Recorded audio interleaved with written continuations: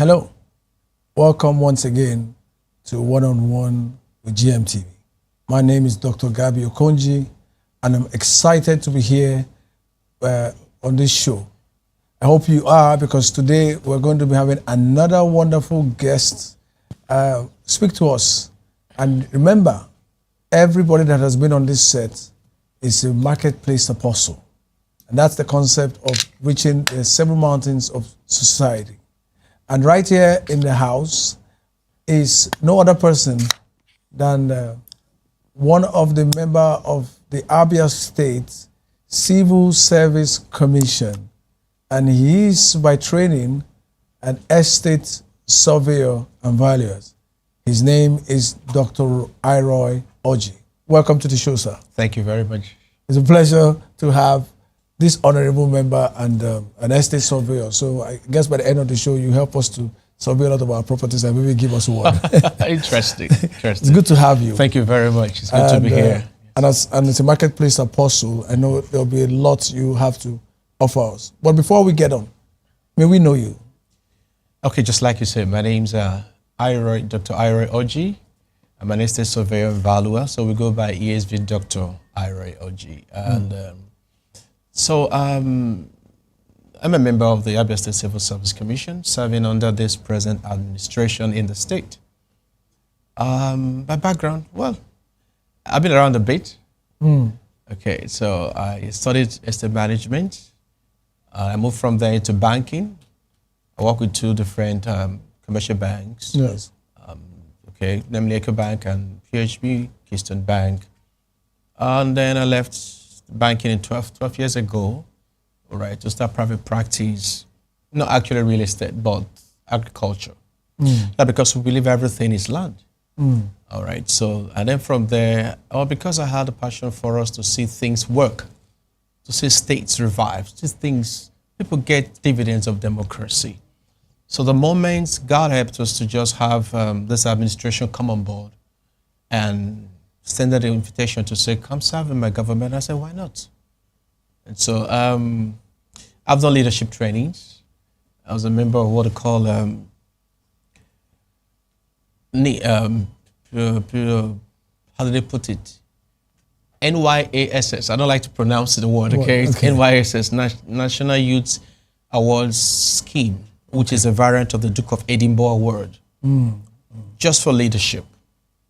And then after that, I've gone to NIPS, Courageous. Wow. Yeah, where I studied what we call policy, strategy, and leadership course.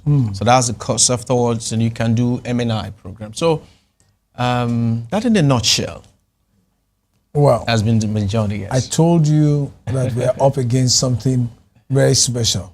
One of the questions I want to take off now, which I know it didn't come in the conversation, is already, I know you're a marketplace apostle.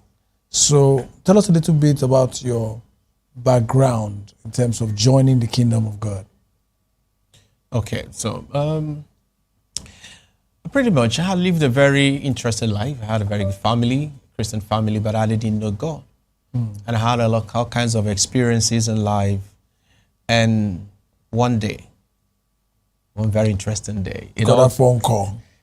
Everything came together, came to a head, and I knew it was time to have a change, but I didn't know what that change was. And I had an old friend walk in to my class, and they talk about Jesus, and I surrendered.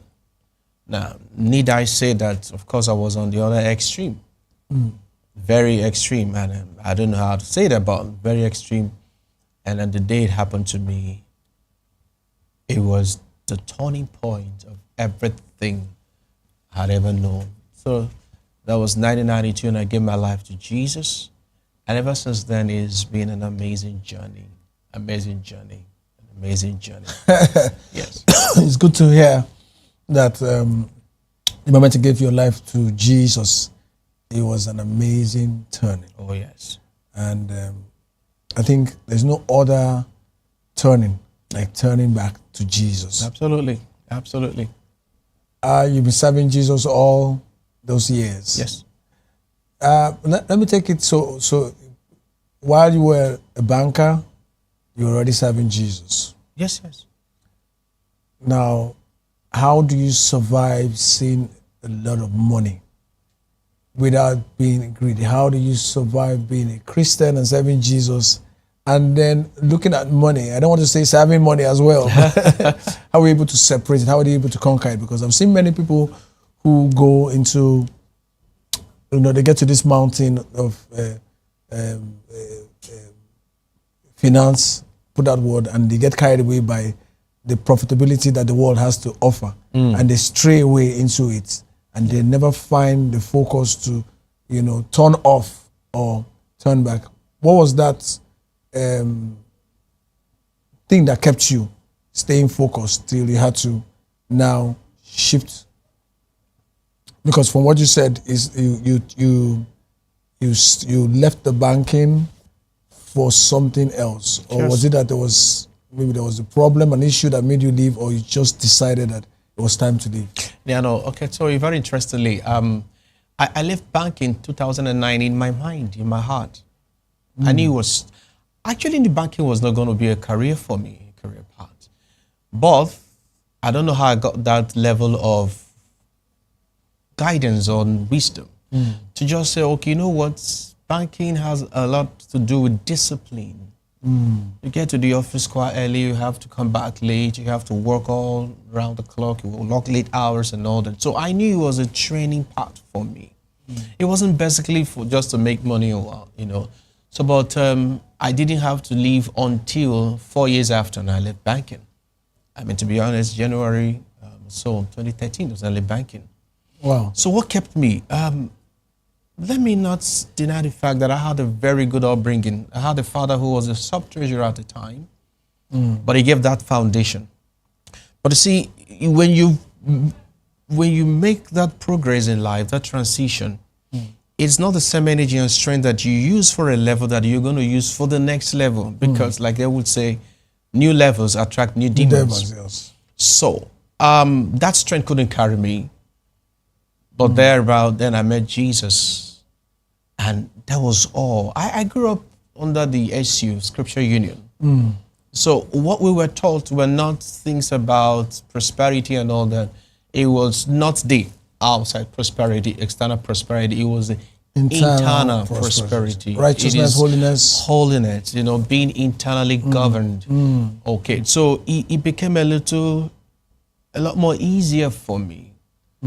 I saw every aspect of every bus stop or station of my life as a point for service. So, I started running shops in the bank, at a very short time at the bank because I went beyond. I was employed as an operations person, but I would go to market to know what to do. So it was fast. It was easy for me to rise.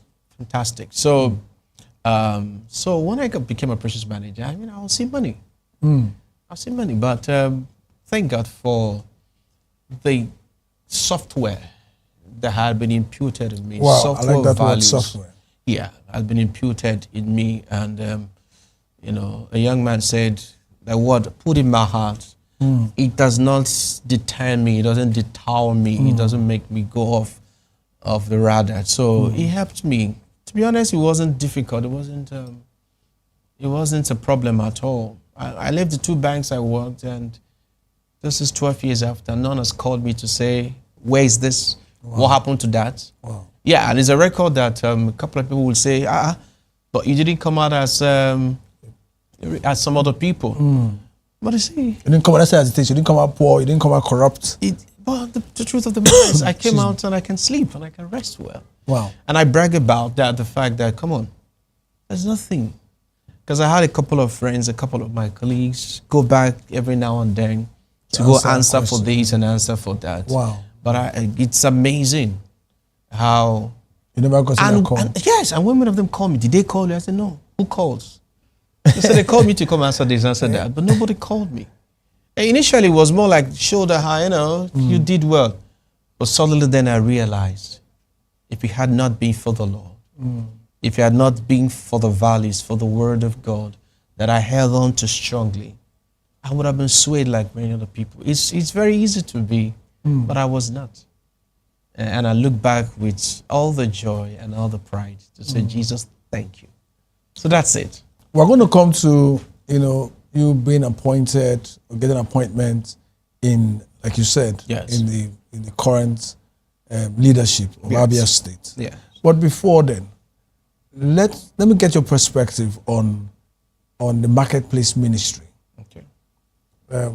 What you can tell the viewer about the marketplace ministry, especially in the mountain of business.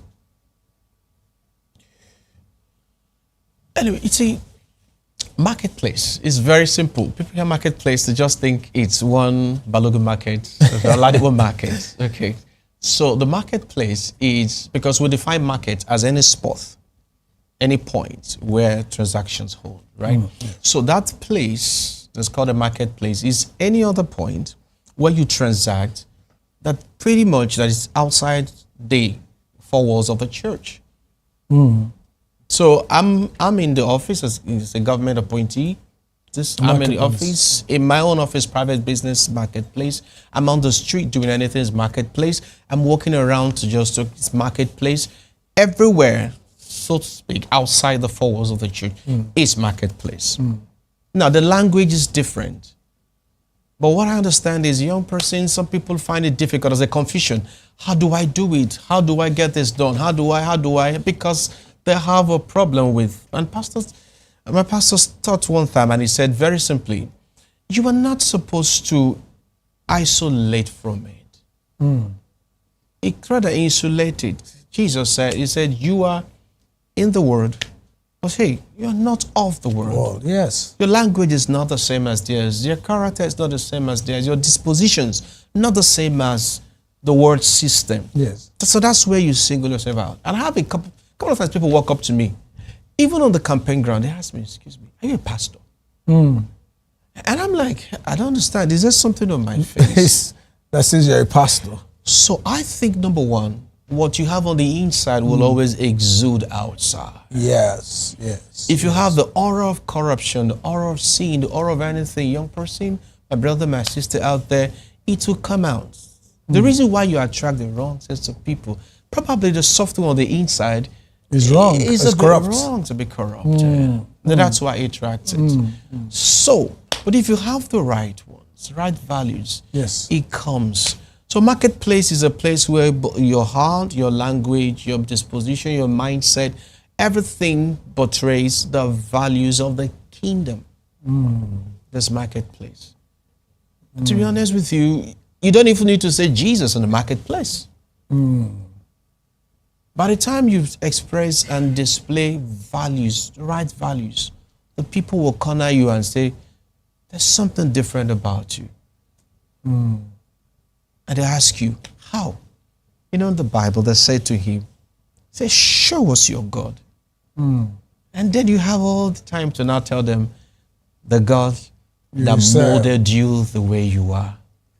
Well, that's very interesting because, like you said, even in the Bible, the entire story of Esther, yes, they don't encapsulate anything about, calling Jesus or, exactly. Just, it didn't cover that. Just her trend, her character, and a lot of things with revelation got her to where she is. Yeah. So you've actually done a good job to also relieve that by telling us that it's what's on the inside.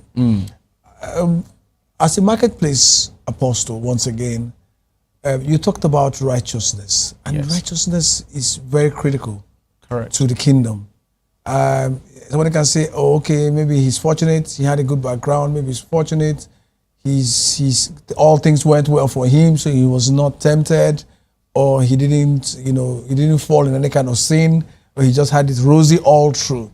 Now, to those of us who have a totally different experience, a dramatic experience of coming to Christ, maybe, after a lot of wrongdoings and all of this, and we find it difficult to say, you know what, to remain in the marketplace, you have to be like them, where they say, if you cannot beat them, join them. What would be your advice to anyone who finds himself in a place where he or she feels, you know what, this marketplace ministry, I cannot come with righteousness, I cannot come with the right values, I cannot have the right character. Maybe I can manage to just keep the moral values okay, but what about the values of the kingdom? You know, what kind of advice would you give to stay on till it turns out right? Okay, I'm just trying to find the best way to answer, but let me put it straight. I didn't have it very easy growing up. Like I said to you, I was on the other extreme. Other extreme. For the day I gave my life to Christ, That other extreme, we're going to put it down. We're going to put it on check. You come and explain that to us. I hope you don't ask me to, but you see, but it's very simple to see. You see, what I've discovered my journey, okay, so I've gone somehow a bit around the country and a bit around the world, a bit to understand that. I've come to realize that though this world we live in sincerely yearn for right values. Everybody comes out and talks anyhow, behaves anyhow, but I can tell you sincerely that every touch point, every area that I have seen, they desire right and quality people. Telling you, I agree. Could I agree less? One of the ways as a young person that you want to be able to see, don't struggle to want to enforce Jesus in a place. No. One of the ways to introduce Jesus is competence. I mean, everybody can argue with anything. Carry your color, your voice, your tall, your shape, whatever. But nobody argues with competence. If you're competent, in fact, it makes a lot of sense. Let me tell you, one of the best ways to introduce God or Jesus in an environment is to be very good at what you do. Wow. Do you know what the people would say? No wonder. No wonder. So it's, I found it rough, but it was, by the time I gave my life to Christ, of course, I had all kinds of, some people came to me and said to me, you cannot, where are you going to? Who do you want to live here? Who do you want to leave behind? You know, so it was a lot about, in fact, I got framed. I got, serious? Yes, accused of all kinds of things just to draw me back. Someone would tell me, I'm going to accuse you, and you know, will believe it, and all that. And at all those times, I will run back to God. And I say, I know nothing, Lord. Wow. Help me. Wow.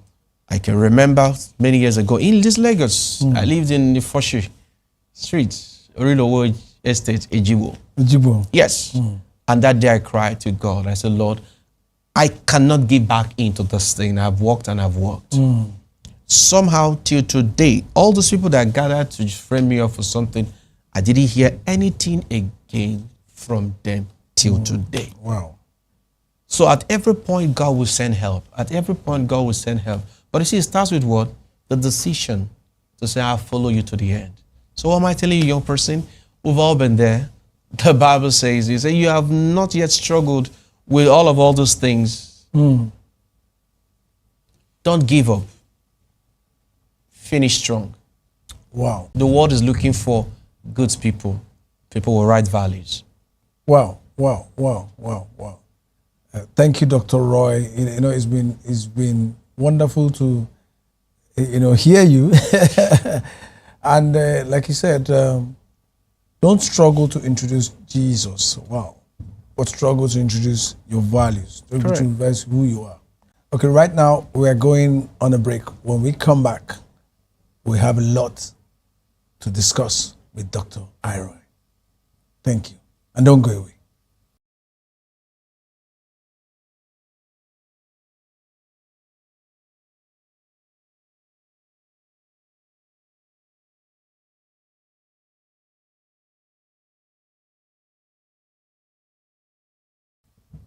Right. Welcome back to One-on-One with Gmtv.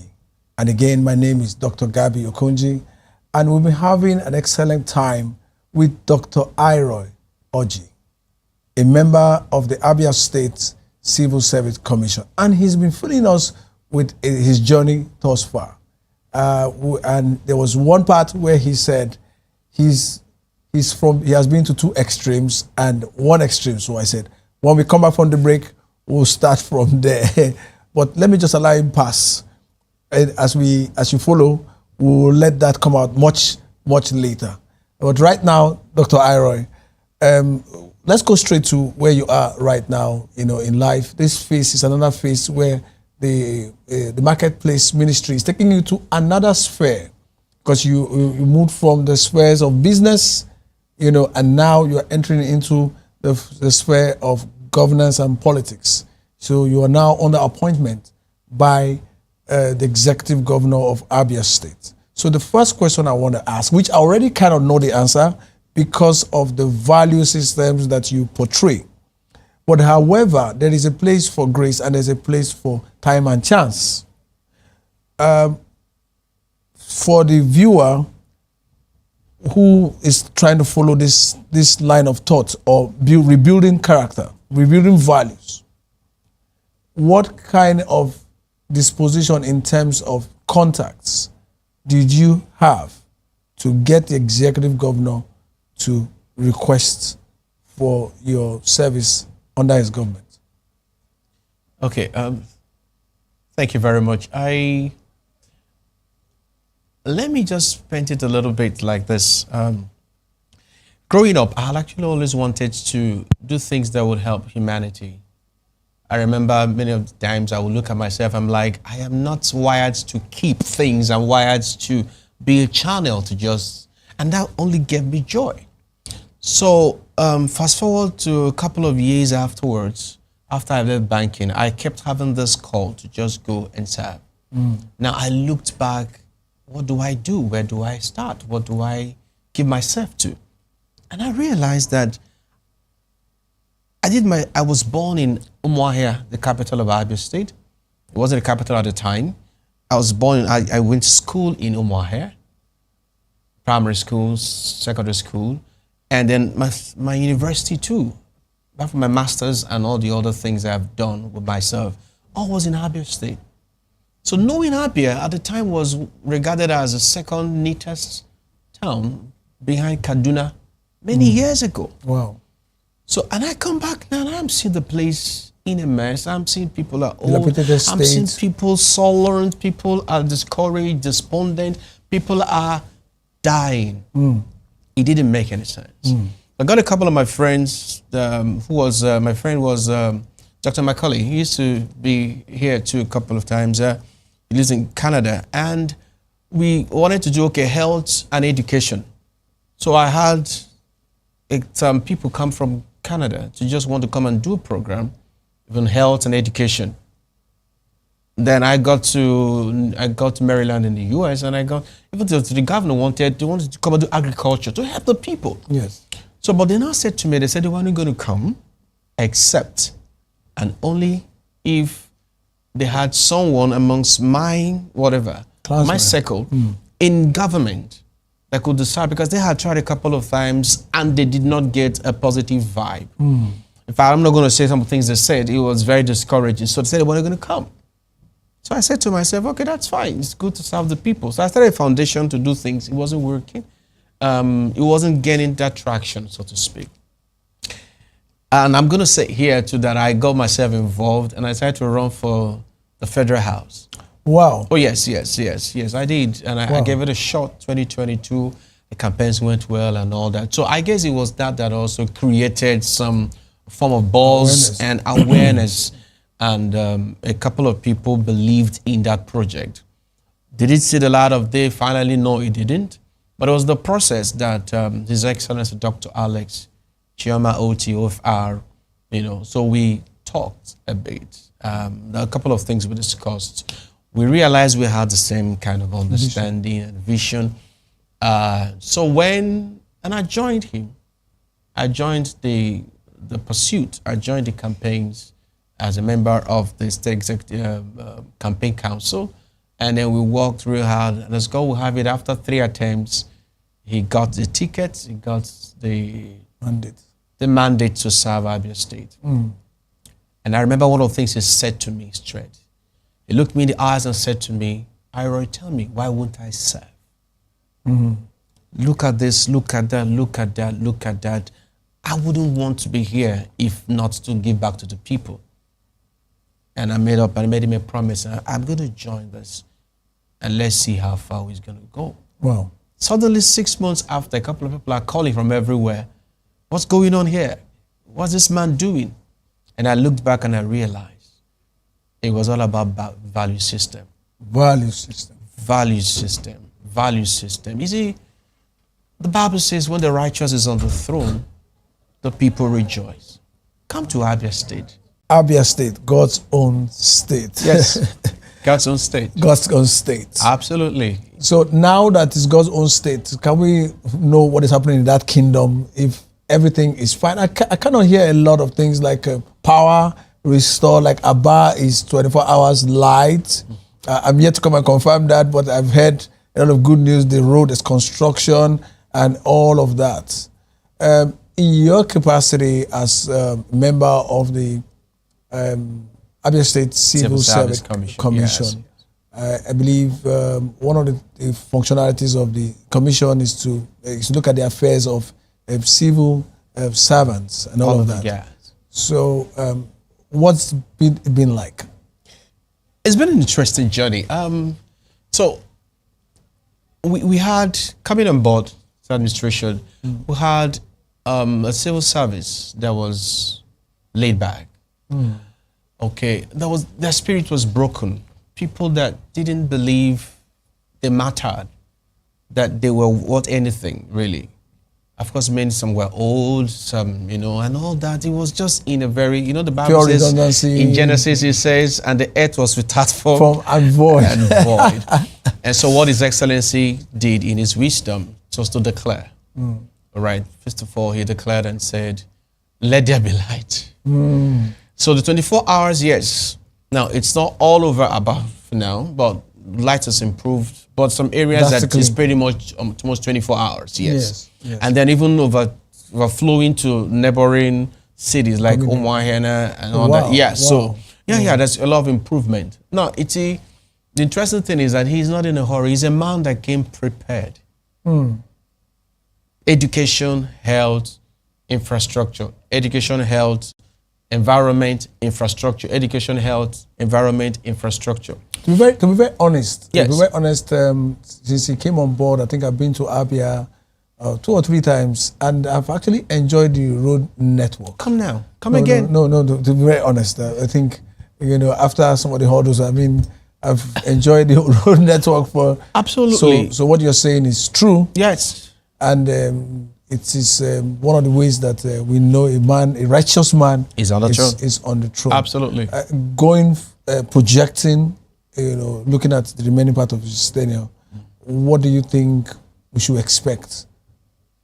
We just commissioned 46-point-something kilometers road that was abandoned for a while, and a couple of other roads. Now, as I speak to you, the whole state is a construction site. Wow. Work is going. A few days ago, the former president, Olusegun Obasanjo, GCFR, he was there in the States to commission the road, and he marveled. The other day, he hosted the 80s class of Uniport, and His Excellency, former President Goodluck Ebele Jonathan, he said, hey, every governors go to Abia and see how governance should be. Now, that's where I said things about competence. OT does not need to, His Excellency doesn't need to tell you about God or anything. Now, the question that people are asking is, this guy is too much. Then I start asking, how? Then I start digging into his background. Then I say his father was a pastor. Oh, he's a Christian. Oh, he loves God. Oh, he cares about this. Oh, his values. Oh, he's that. He didn't need to come and say, I have values. I got values. I got Jesus. No. So now it's easy for us to preach Jesus because there is something to show.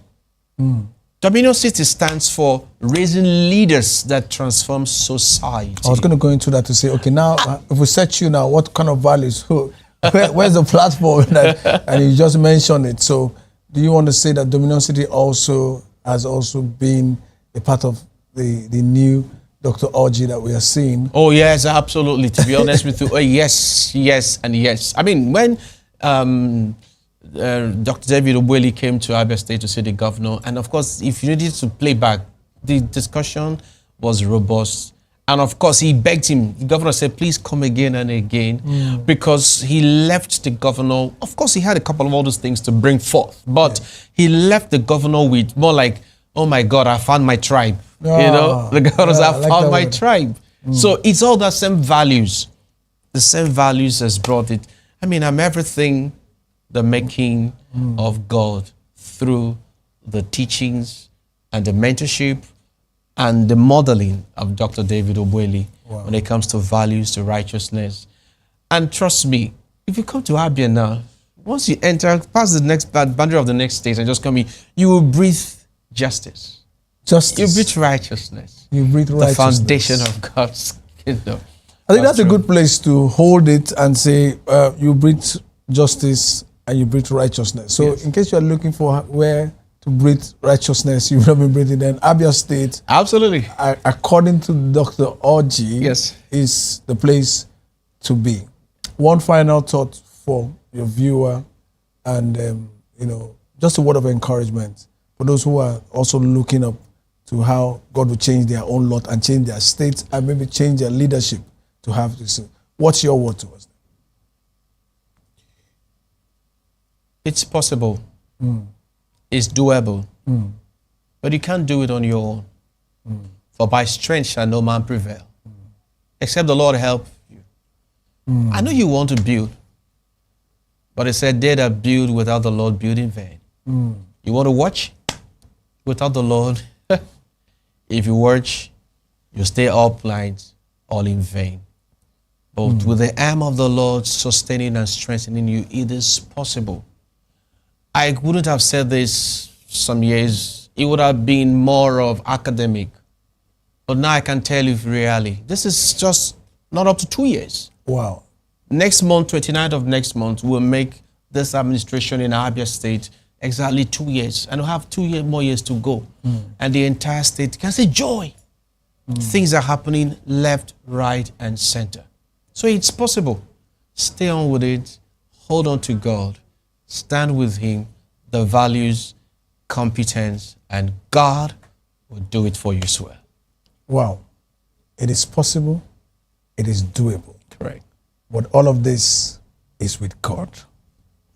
That's a good place to drop it. And to become your way next time, I want to first appreciate Dr. Orji for his time here, his valuable time here.